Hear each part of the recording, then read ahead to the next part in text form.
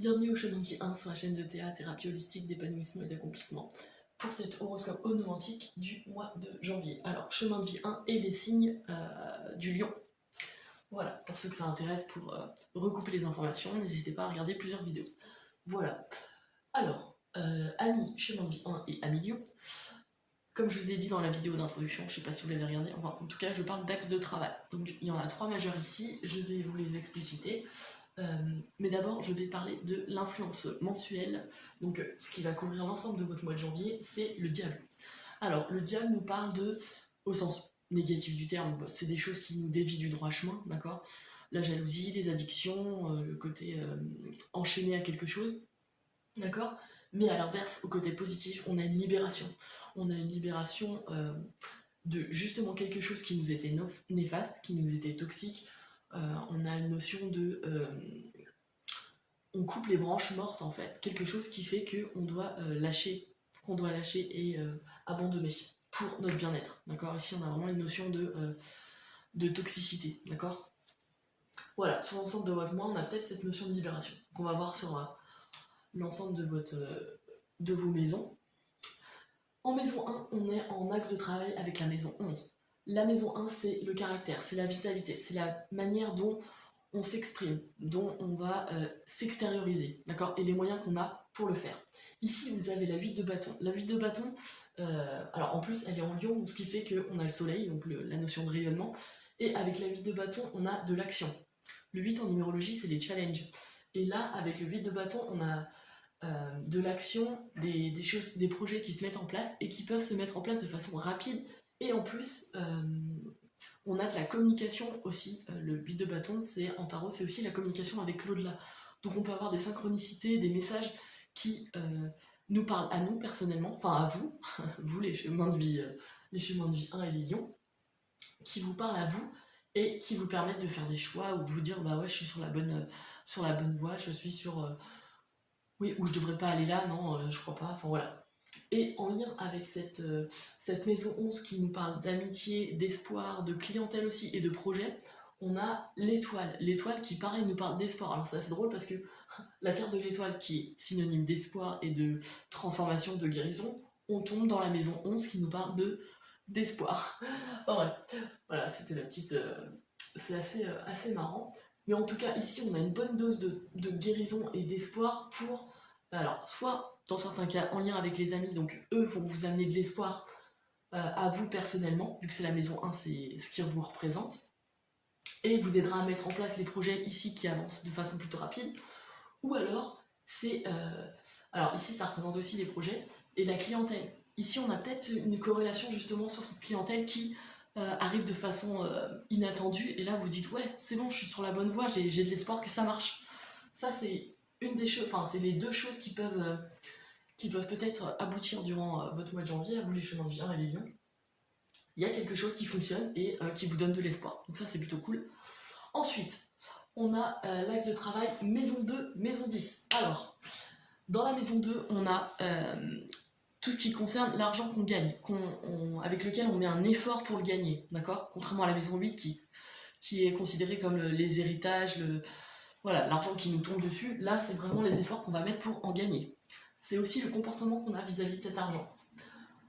Ici on a la carrière, les ambitions, le but, le destin, enfin ce pourquoi on a envie de travailler, d'accord ? Le but qu'on a dans la vie. Dans la maison 2, donc la maison de l'argent, on a des acquisitions matérielles, d'autant plus qu'elle est en vierge ici, donc on a quelque chose de vachement raisonné, d'intellectualisé. Essayer de bien cadrer les choses pour se rassurer, c'est le comportement typique de la vierge. Là, on a le valet d'épée. Le valet d'épée nous parle de nouveaux départs, mais de nouveaux départs dans de nouveaux outils qui nous permettent, alors vu que c'est dans la maison 2, de peut-être mieux gérer notre argent, de peut-être... investir, nouvel investissement, ou alors c'est plutôt rapide, donc il faut bien réfléchir avant de faire des investissements, mais bon, il y a cette notion-là. Il y a aussi le côté comment gérer son argent, il y a peut-être une formation à faire, ou des contacts avec un banquier, ça c'est possible, parce que, et voilà. En lien avec la carrière ici, qui nous parle de la force, on a l'arcane majeur de la force, on a de la maîtrise dans sa profession. d'accord? On nous demande de la détermination, enfin on vous demande, en l'occurrence vous, j'ai tendance à dire nous parce que nous on est tous humains, enfin voilà, mais on a tous ces domaines de vie, mais c'est vous les lions et les chemins de vie 1 qui êtes concernés dans le... Ici on parle de détermination, de courage, de choses à mettre en place, mais de façon assurée, d'accord? Il faut avoir la maîtrise. Avec ces outils qui sont mis en place ici, vous pouvez avoir une demande de promotion par exemple. Il peut y avoir cette notion-là. Une nouvelle promotion, un nouveau projet professionnel ou plus de responsabilités, un nouveau poste qui demande des responsabilités plus importantes et qui vous amènerait une augmentation. Mais pour cette augmentation, il faut savoir la gérer. Enfin voilà, il y a des choses qui sont en lien, en tout cas ce mois-ci. D'accord? La profession et l'argent ici sont liés pour vous ce mois-ci. Ouais.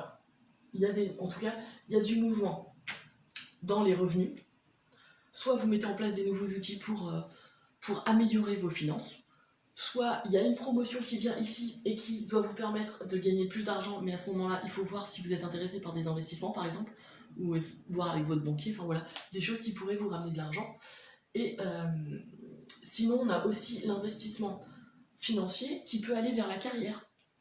Est-ce que vous avez envie de financer un projet qui vous plaît professionnellement et de vous lancer? Ça, c'est une chose, voilà. D'autant plus qu'ici, on a, comme je vous l'ai dit, de l'espoir dans des projets. Hein, on a l'espoir, on a de l'action ici, donc pourquoi pas? Si vous avez envie de vous lancer à votre compte, voilà. Ouais. Mais comme je vous dis, à l'image de la Vierge, il faut que ce soit cadré, stable, et si vous avez un projet à défendre, qu'il soit carré. Carré, que les finances soient claires, que le businessman par exemple soit vraiment stable et qui permette de rassurer le banquier. Ne partez pas dans l'émotionnel, d'accord? L'épée c'est pas du tout l'émotionnel, c'est vraiment l'intellect, et donc c'est ce qui est censé vous aider à défendre votre projet, d'accord? Alors après, vous avez du soutien ici, hein, donc je pense que votre projet il peut tenir. Voilà.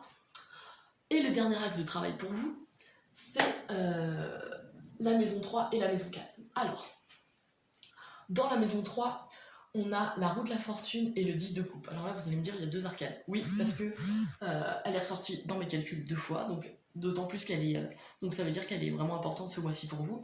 Et c'est justement, la maison 3, c'est alors le contact avec les frères et sœurs,